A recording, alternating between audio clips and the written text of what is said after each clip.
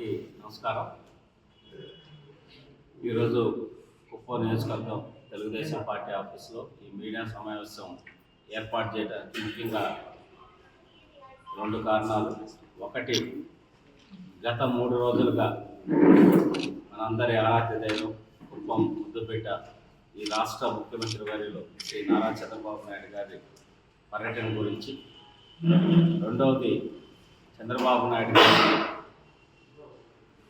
ఎటువంటి సంస్కారం లేకుండా మాట్లాడినటువంటి అంబటి రాంబాబు గారి వ్యాఖ్యల మీద మా అభిప్రాయం తెలియజేయడానికి ఈ 2 అంశాల మీద ఈరోజు ప్రెస్ మీట్ పెట్టడం జరిగింది. ముందుగా చంద్రబాబు నాయుడు గారు ఏ విధంగా ఈ కుప్పం నియోజకవర్గాన్ని అభివృద్ధి చేస్తున్నారో ఇక్కడ ఉన్న మనం అందరం చూస్తూ ఉన్నాం, ప్రజలు చూస్తున్నారు. ప్రతి 3 నెలలకు ఒకసారి వచ్చినప్పుడల్లా ఎన్నో అభివృద్ధి కార్యక్రమాలు శంకుస్థాపన చేస్తున్నారు, ప్రారంభోత్సవాలు చేస్తున్నారు. అంటే ప్రతి 3 నెలలకి ఒక ప్రోగ్రెసివ్ గ్రోత్ని చంద్రబాబు నాయుడు గారి కుప్పం నియోజకవర్గంలో చూపిస్తూ ఉన్నారు, మనం చూస్తూ ఉన్నాం. అలాగే ఈ 3 రోజుల్లో మనం చూసాం ఏ విధంగా ఒక ప్రపంచ పటంలో మన కుప్పం నియోజకవర్గాన్ని చంద్రబాబు నాయుడు గారు ఏ విధంగా పెట్టారో మనం చూసాం. గిన్నీస్ వరల్డ్ బుక్ రికార్డులో కుప్పం నియోజకవర్గాన్ని నిలపడం అంటే అది ఒక చరిత్ర. అది చంద్రబాబు నాయుడు గారు మాత్రమే చేయగలరని చెప్పనేసి నిరూపించిన సంగతి కూడా మనం చూసాం. నెట్ జీరో కాన్సెప్ట్లో ఈరోజు సంక్షేమము అభివృద్ధే కాదు, పర్యావరణం కూడా బాగుంటేనే, మన ఆరోగ్యాలు బాగుంటేనే మనం సంతోషంగా ఉంటాం. హ్యాపీ, హెల్తీ, వెల్తీ సొసైటీని సృష్టించటమే తన లక్ష్యంగా చంద్రబాబు నాయుడు గారు పెట్టుకున్నారు. ఆరోగ్యంగా ఉంటేనే సగం సంతోషంగా ఉంటాం. మనం ఆరోగ్యంగా ఉండాలంటే వాతావరణం బాగుండాలి, పర్యావరణాన్ని కాపాడాల్సిన బాధ్యత ప్రతి ఒక్కరి మీద ఉందని చెప్పేసి ఆలోచించి ఈరోజు కుప్పం మున్సిపాలిటీ మొత్తం, అలాగే Kuppam constituency, not municipality, constituency మొత్తం ఎలక్ట్రిక్ వెహికల్స్ ద్వారా చెత్త సేకరణ చేయడం, ఎలక్ట్రిక్ ఆటోల ద్వారా, అలాగే పర్యావరణాన్ని కాపాడుతూ మనం పెట్రోల్ డీజిల్ యూసేజ్ తగ్గిస్తూ ఈరోజు ఎలక్ట్రిక్ సైకిల్స్ 5,550 సైకిల్ని కుప్పం నియోజకవర్గంలో 36,000 రూపాయలు ఖర్చు అయ్యేటటువంటి సైకిల్ని 24,000 రూపాయలకు ఒక స్పెషల్ ప్రాజెక్ట్ కింద తీసుకొని చంద్రబాబు నాయుడు గారు ఇక్కడ ఏర్పాటు చేయడం, ఇక్కడ ప్రజల ఆరోగ్యం, ఆదాయం పెరిగే విధంగా చేసేదానికి సంకల్పించారు. తాను ఒక మంచి పని అనుకుంటే అది సాధించేంత వరకు నిద్రపోనెవరు అని చంద్రబాబు నాయుడు గారికి పేరు. అది నిరూపిస్తూ ఈరోజు గిన్నీస్ వరల్డ్ రికార్డ్ని సృష్టించడం కుప్పం నియోజకవర్గంలో ఉన్న ప్రతి ఒక్కరికి గర్వకారణం అని చెప్పేసి తెలియజేస్తున్నాం. అలాగే నవదిశ స్కిల్ సెంటర్ ఈరోజు ఆదిత్య బిర్లా గ్రూప్, అలాగే ఎన్ఎస్డిసి, అలాగే ఏపీటీఎస్ వీళ్ళందరి సహకారంతో ఆల్మోస్ట్ 6 నుంచి 7 కోట్ల రూపాయలతో స్కిల్ డెవలప్మెంట్ సెంటర్ని అక్కడ ఏర్పాటు చేయడం జరిగింది. ఆదిత్య బిర్లా గ్రూప్ ట్రైన్ చేసి వాళ్ళకి సర్టిఫికేషన్ చేసి, అలాగే ఎన్ఎస్డిసి ట్రైనింగ్స్ ద్వారా వాళ్ళకి సర్టిఫికేషన్ చేసి ఖచ్చితంగా వాళ్ళకి ఉద్యోగ అవకాశం కల్పించే విధంగా ఈరోజు అక్కడ చర్యలు అనేది చేపట్టడం జరిగింది. ఆల్రెడీ దానికి సంబంధించి 75 మందితో ఫస్ట్ బ్యాచ్ సెలక్షన్ పూర్తయి ట్రైనింగ్ కూడా స్టార్ట్ అయింది, ముఖ్యమంత్రి గారు దాన్ని ప్రారంభించారు. అలాగే ఈరోజు చూస్తే మనం అందరం బాగుండాలని, ఆరోగ్యంగా ఉండాలని ఆయన చేసినటువంటి ఆలోచనలో సంజీవిని హెల్త్ సెంటర్స్, మనకి టాటా కంపెనీ టీసీఎస్తో కలిసి ఆయన సంజీవిని సెంటర్ని మనకు ప్రారంభించారు.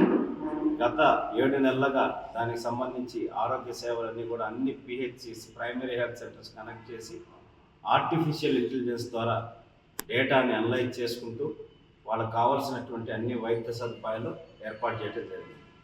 అయితే అంతటితో వదిలేయకుండా మళ్ళీ 42 రకాల టెస్టులు చేసి మీకు ఏ సమస్యలు రాబోతున్నాయి, ఏ సమస్యలు ఉన్నాయి, వాటికి సంబంధించి ఎటువంటి చర్యలు మీరు తీసుకుంటే మీరు ఆరోగ్యంగా ఉంటారు, మీ కుటుంబం ఆరోగ్యంగా ఉంటుందా ఆలోచించి దాన్ని ప్రారంభించడం జరిగింది.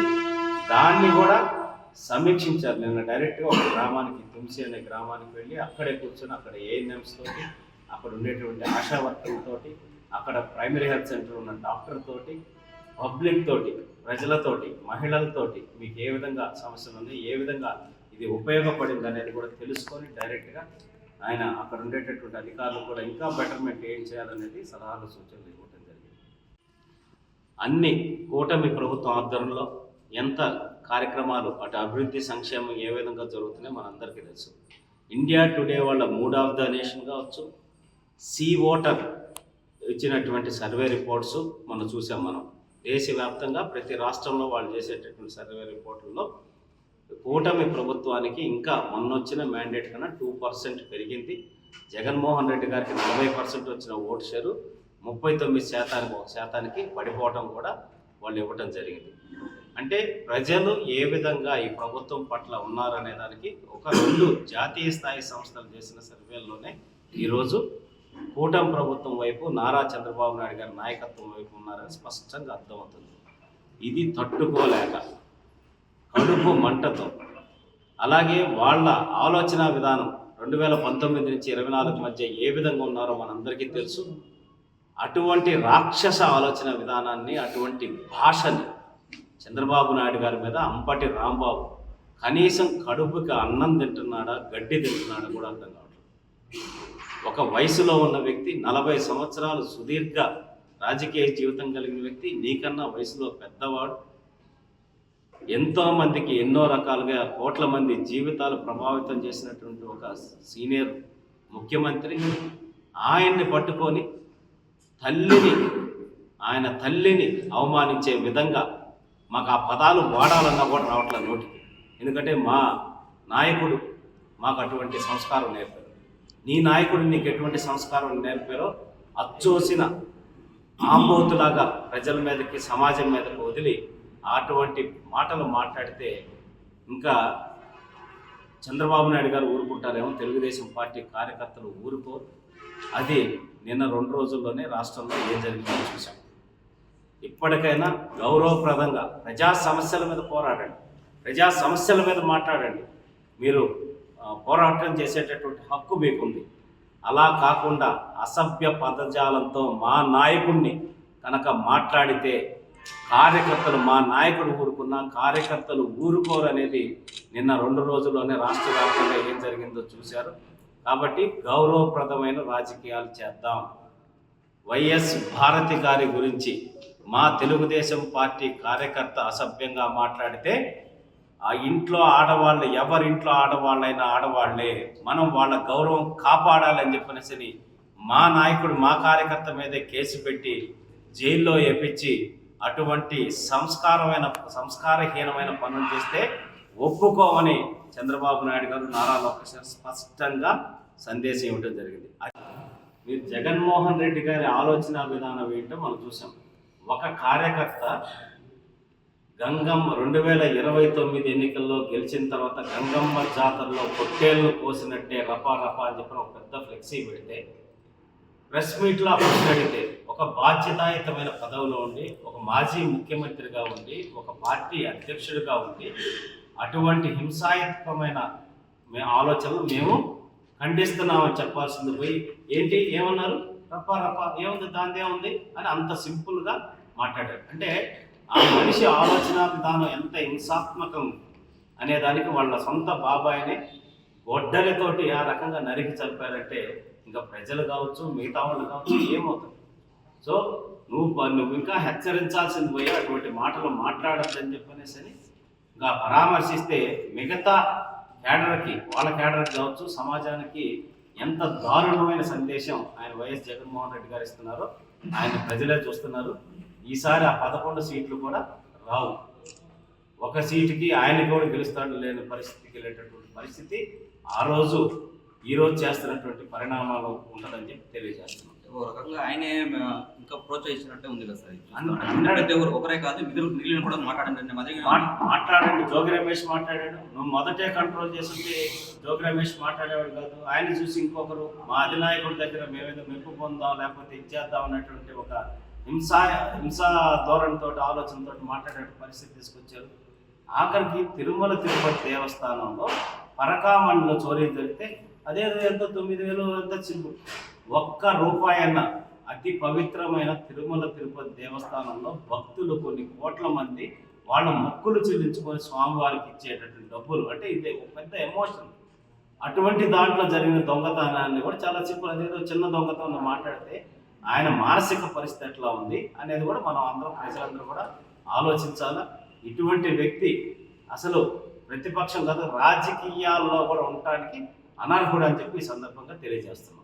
అంతా కూడా దశ నిర్దేశం బాగా తెలియజేశారు కాబట్టి మా తెలుగుదేశం పార్టీ నాయకులు కార్యకర్తలు ప్రజలతో ఉండి ప్రభుత్వం చేసే అభివృద్ధి సంక్షేమ కార్యక్రమాల్ని, ప్రభుత్వం యొక్క పరిపాలనా విధానాల్ని ప్రజలకందరూ కూడా తెలియజేసి ప్రజల మద్దతు తీసుకొని రాబోయే ఎన్నికల్లో వైట్ సైడ్గా ఎలక్షన్లో మళ్ళీ ముఖ్యమంత్రిగా ఆయనే చేయాలి. ఎందుకంటే గతంలో మన అనుభవం చూసాం, ప్రభుత్వాల్ని మార్చడం వల్ల ఎంత నష్టం వస్తుంది అంటే కంటిన్యూయన్స్ ఆఫ్ గవర్నెన్స్ అంటాం. అంటే ఒక మంచి ప్రభుత్వం, మంచి నాయకుడు ఉన్నటువంటి దాన్ని కొనసాగించడం అనేది ఆ రాష్ట్ర భవిష్యత్తుకు చాలా ముఖ్యం. 5 సంవత్సరాల్లో వచ్చినటువంటి ఆ మధ్యలో వచ్చినటువంటి బ్రేక్ వలన ఒక 20 సంవత్సరాలు మన అభివృద్ధి వెనక్కిపోయింది. దానివల్ల ఆర్థికంగా కూడా ఎంతో నష్టం జరిగింది. ఫర్ ఎగ్జాంపుల్ పోలవరం ప్రాజెక్ట్ ఎప్పుడో కంప్లీట్ అయ్యి ఉండేది, కానీ ఇప్పుడు ఏమైంది, దాన్ని వాళ్ళు చేసినందువల్ల ఆ డయాఫ్రామ్ వాళ్ళు కొట్టుకోడిపోయింది. మళ్ళీ కూడా ఇంకా ఒక 10 లక్షల కోట్ల రూపాయలు ఎక్కువగా 10,000 కోట్ల రూపాయలు, 10 లక్షలు కాదు 10,000 కోట్ల రూపాయలు ప్రజాధనం మళ్ళీ కూడా అనవసరంగా ఖర్చు పెట్టడమే కాకుండా డిలే కూడా అయిపోయింది. అంద్రీనివా కూడా అంతే, సారుగానే మళ్ళీ అప్పుడేమంటే మనకు 2019-20లో మనకు అంద్రీనివా కాలం ఎప్పుడో వచ్చేసేది. దానికి అడ్డంకులు సృష్టించి చేయడం వల్ల మళ్ళీ 5-6 సంవత్సరాలు వెనక్కిపోయాం. కాబట్టి ఇటువంటి నష్టాలు జరగకుండా ప్రజలు నాయకుడు ఎవరు మంచివాడు, ఎవరికి మంచి ప్రభుత్వం అనేది గమనించి నిర్ణయం తీసుకోవాలని చెప్పి తెలియజేస్తూ ఈ కార్యక్రమం దిగ్విజయంగా మా కార్యకర్తలు నాయకులు కానీ అధికార బృందం కూడా రాత్రి పగలు కష్టపడి చాలా చక్కగా ఈ 3 రోజుల పర్యటనని విజయవంతం చేసినందుకు, అన్నీ సురక్షితంగా జరిగినందుకు భగవంతుని కూడా మేము కృతజ్ఞత తెలియజేస్తూ మా కార్యకర్తల్ని తెలుగుదేశం పార్టీ కుటుంబ సభ్యులందరూ కూడా మనస్ఫూర్తిగా అభినందిస్తూ ధన్యవాదాలు తెలియజేస్తున్నాం. నుండి హై లెవెల్లో ఉండేదంత దాకా అన్ని విషయాల్లోనూ సార్ ఇంటర్వ్యూ అయ్యి అన్ని సార్ కలగ చేసుకుని ఈ పని ఇట్లా చేయండి అని చెప్పి గైడెన్స్ ఇస్తూ సపోర్ట్ చేస్తున్నారు. చిన్న విషయానికి కూడా ఒక సెక్రటరీ ఆఫ్ ఎనర్జీ డిపార్ట్మెంట్తో నువ్వు పోయి మాట్లాడు ప్రతాప్, సార్తో మాట్లాడు, నేను చెప్తానని చెప్పి పని చేసుకునేలాగా అంతా మాకు ప్రాసెస్ చేస్తున్నారు సార్ కూడా. కాబట్టి ఖచ్చితంగా చంద్రబాబు నాయుడు సార్కి సభాముఖంగా కృతజ్ఞతలు తెలియజేసుకుంటూ, అదేవిధంగా ఈ కార్యక్రమాన్ని ఇంత దిగ్విజయం చేసినటువంటి నాయకులకు, మీడియా వాళ్ళకి అందరికీ కూడా కృతజ్ఞతలు చేసుకున్నాం. అదేవిధంగా మొన్న చనిపోయినటువంటి మనకు నడంపల్లిలో చనిపోయిన చంద్ర, అదేవిధంగా హెనమాకన్పల్లిలో చనిపోయినటువంటి రమేష్, అదేవిధంగా మన భూపతి, వీళ్ళందరినీ కూడా పిలిచి సారు నేను ఉన్నానని చెప్పి వాళ్ళ కుటుంబాన్ని పిలిచి వాళ్ళకి భరోసా ఇవ్వడం అనేది ప్రతి నాయకునికి, ప్రతి కార్యకర్తకి నిజంగానే ఒక గట్టి నమ్మకం. అంటే మాకేమన్నా జరిగితే ఆ కుటుంబానికి పార్టీ కానీ అదేవిధంగా నాయకుడు చంద్రబాబు నాయుడు గారిని అండగా ఉంటారనే మెసేజ్ కిందకి రావడం, నిజంగానే ఆ సపోర్ట్ కూడా అందడం, అది నిజంగానే తెలుగుదేశం పార్టీ కార్యకర్తలు నాయకులు చేసుకున్న పుణ్యం అనే చెప్పాలి. ఏమన్నా చిన్న ప్రాబ్లం అంటేనే వెంటనే మన శ్రీకాంత్ సార్ గారు, కేశం సార్ గారు కూడా రెస్పాండ్ అయ్యి వాళ్ళ లెవెల్లో వాళ్ళు ఏం చేయాలో చేస్తున్నారు. దానికి మించి చంద్రబాబు నాయుడు గారు కుప్పం కాన్స్టిట్యున్సీలో ఎవరికైనా చిన్న హెల్త్ ప్రాబ్లం అంటే మీరందరూ కూడా దయచేసి మీడియా మిత్రులకు కూడా అందరికీ కూడా రెస్పాన్సిబిలిటీ ఉంది. ఏది మంచి ఏది చెడు అని చెప్పాల్సిన మెయిన్ రెస్పాన్సిబిలిటీ, దాంతో మెయిన్ కీ రోల్ ప్లే చేయాల్సిన పాత్ర మీడియా వాళ్ళకే ఉంది. ఒక్కసారి లాస్ట్ 2019 నుండి 24 దాకా ఎంతమందికి CMRF వచ్చిందో ఒకసారి దయచేసి మీరు కూడా మీడియా ద్వారా చెప్పండి. అదే 24 ఇంకా ఇప్పటికే అంటే 1.5 ఇయర్లో ఎంతమందికి CMRF ఇచ్చాము, ఎన్ని కోట్లు ఇచ్చాము అనేది మన పార్టీ ఆఫీస్లో డేటా ఉంది, ఒకసారి తీసుకొని చూడండి. అంటే ఈ ప్రభుత్వం, ఈ నాయకుడు ప్రతి కుటుంబాన్ని, ప్రతి మనిషిని నాది అనుకుంటున్నాడు. చంద్రబాబు నాయుడు గారు ప్రతి కుటుంబాన్ని వాడి వైసీపీకి ఓటేశాడా, టీడీపీకి ఓటేశాడని కాకుండా ప్రతి మనిషిని తన సొంత మనిషిగా, తన బాధ్యతగా తీసుకుని వాళ్ళు ఏ పార్టీ అని చూడకుండా CMRF ఇమ్మంటున్నారు. వాళ్ళకి ఏదైనా ప్రాబ్లం అంటే హాస్పిటల్ హెల్ప్ చేస్తామంటున్నారు. డెవలప్మెంట్ పరంగా అయినా, సంక్షేమ పరంగా అయినా, అదే కాకుండా పర్సనల్గా అయినా కూడా ప్రతి మనిషికి సంబంధించిన విషయాన్ని జాగ్రత్తగా అబ్జర్వ్ చేసి వాళ్ళకి హెల్ప్ చేయాలనే కాన్సెప్ట్, ఆ బాధ్యత ఒక కుటుంబానికి తండ్రి ఎలాగో కాన్స్టిట్యున్సీకి చంద్రబాబు నాయుడు అలాగే బాధ్యత తీసుకొని పనిచేస్తున్నారు. కాబట్టి ముఖ్యంగా చంద్రబాబు నాయుడుకి జన్మలకి మేము రుణపడి ఉంటామని తెలియజేసుకుంటూ అందరినీ తెప్పించినందుకు, మాకు భవిష్యత్ తరాలకి నీళ్ళు అందించినందుకు మరొకసారి ఆయన పాదాలకి మేము నమస్కారాలు చేసుకుంటూ ఈ అవకాశం కల్పించినట్టు పెద్దలందరికీ కృతజ్ఞతలు చేసుకుంటూ జై తెలుగుదేశం అన్ని కూడా తెలియజేశారు. ముఖ్యంగా ప్రజాస్వామ్యంలో ప్రజల ఆకాంక్ష మేరకు ప్రభుత్వాలు ఏర్పడతాయి. ఆ రోజు జగన్మోహన్ రెడ్డి నాకు ఒక్క ఛాన్స్ ఇవ్వండి, నేను ఈ రాష్ట్రాన్ని అభివృద్ధి చేసి చూపిస్తానని చెప్పి ప్రజలను మోసం చేసి అధికారంలో వచ్చిన తర్వాత ఒక 5 సంవత్సరాల్లో చరిత్రలో ఎప్పుడూ కనీ విని ఎరుగని రీతిలో ఒక రాక్షస పరిపాలన, దుర్మార్గం, విధ్వంసం అనేది చేసి ఒక దుష్ట చరిత్రను సృష్టించినటువంటి వ్యక్తి. ప్రజలు అర్థం చేసుకొని ఆ 11 సీట్లు కూడా స్వల్పమైన మెజారిటీతో వచ్చింది, లేకపోతే 1-2 మాత్రమే వచ్చే పరిస్థితి. ఆ స్థాయికి ప్రజలు తీర్పు ఇచ్చినా కానీ బుద్ధి రాకుండా మళ్ళీ అదే పంతాలో దౌర్జన్యం ద్వారా దుర్మార్గంతో అధికారంలోకి వస్తామని చెప్పి తన సహచరులందరూ కూడా రెచ్చగొట్టి ఈ విధమైన మాట్లాడడం అనేది ప్రజలందరూ కూడా గమనిస్తున్నారు. నారా చంద్రబాబు నాయుడు గారు ప్రపంచ మేధావిగా, ఒక ఆర్థిక నిపుణుడుగా మొన్న ఆయన దావోస్ పోయినప్పుడు ప్రపంచ దేశాల్లో ఉన్నటువంటి పారిశ్రామికవేత్తలు కానీ ప్రభుత్వ అధినేతలతో ఏ విధంగా ఆంధ్రప్రదేశ్ రాష్ట్రం అభివృద్ధి గురించి ఆయన వాళ్ళతో ప్రజెంటేషన్స్ ఇచ్చారో చూస్తూ ఉంటే అటువంటి నాయకుడు కావాలని చెప్పి ప్రతి ఒక్కరు కూడా కోరుకుంటాం. కానీ జగన్మోహన్ రెడ్డి చేసేవన్నీ కూడా ఈ విధమైనటువంటి దుర్మార్గపు చర్యలన్నీ ప్రజలు బాగా గమనిస్తున్నారు. ఉదాహరణకు హంద్రీనీవా నీళ్ళు ఇచ్చేసామని చెప్పి ఎన్నికలకు ముందు డ్రామా చేసి 1 గంట సేపు నీళ్లు ఎక్కడి నుంచో తెచ్చి పోసి మళ్ళీ ఆయన పోయిన వెంటనే కాలం ఎండిపోయినది. మళ్ళీ చంద్రబాబు నాయుడు వచ్చిన తర్వాత ఈరోజు 140 చెరువులు అదే హంద్రీనీవా నీటితో నింపడం అనేది ఇద్దరి నాయకుల మధ్య ఉన్న వ్యత్యాసంగా ప్రజలు గమనిస్తున్నారు. జగన్మోహన్ రెడ్డి నిరాశ నిస్పృహలతో ఇంకా మనకు రాజకీయ భవిష్యత్తు లేదని చెప్పి ఈ విధమైనటువంటి దుశ్చర్యలకు పాల్పడడం అనేది ప్రజలు ఎప్పటికీ కూడా సహించరు. కాబట్టి ఈరోజు అందరూ కూడా మేము తెలియజేస్తున్నాం, నారా చంద్రబాబు నాయుడు గారు ఒక ముఖ్యమంత్రి స్థాయిలో ప్రపంచ నాయకుడిగా ఉండి తన నియోజకవర్గానికి ఎంత సమయం కేటాయించడం అనేది చరిత్రలో ఎక్కడ కానీ లేదు.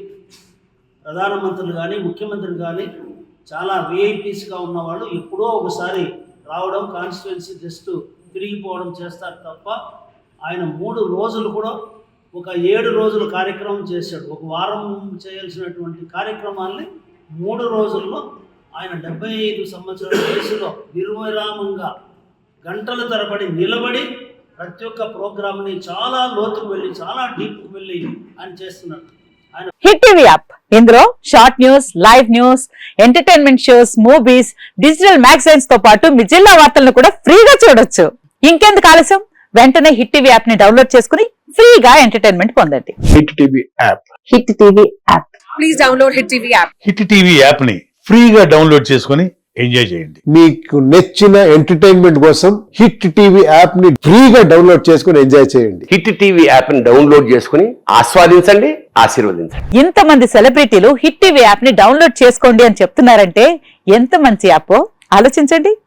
అమెరికా అమెరికా అమెరికా అమెరికాలో చదవాలనుకునే వాళ్ళకి విశ్వసనీయమైన పేరు మన శౌర్య కన్సల్టెన్సీ. UK లో 1 year masters, UK లో 1 year masters, 2 years work permit up to 5 years visa. Contact Saurya Consultancy. Contact 89851 89851.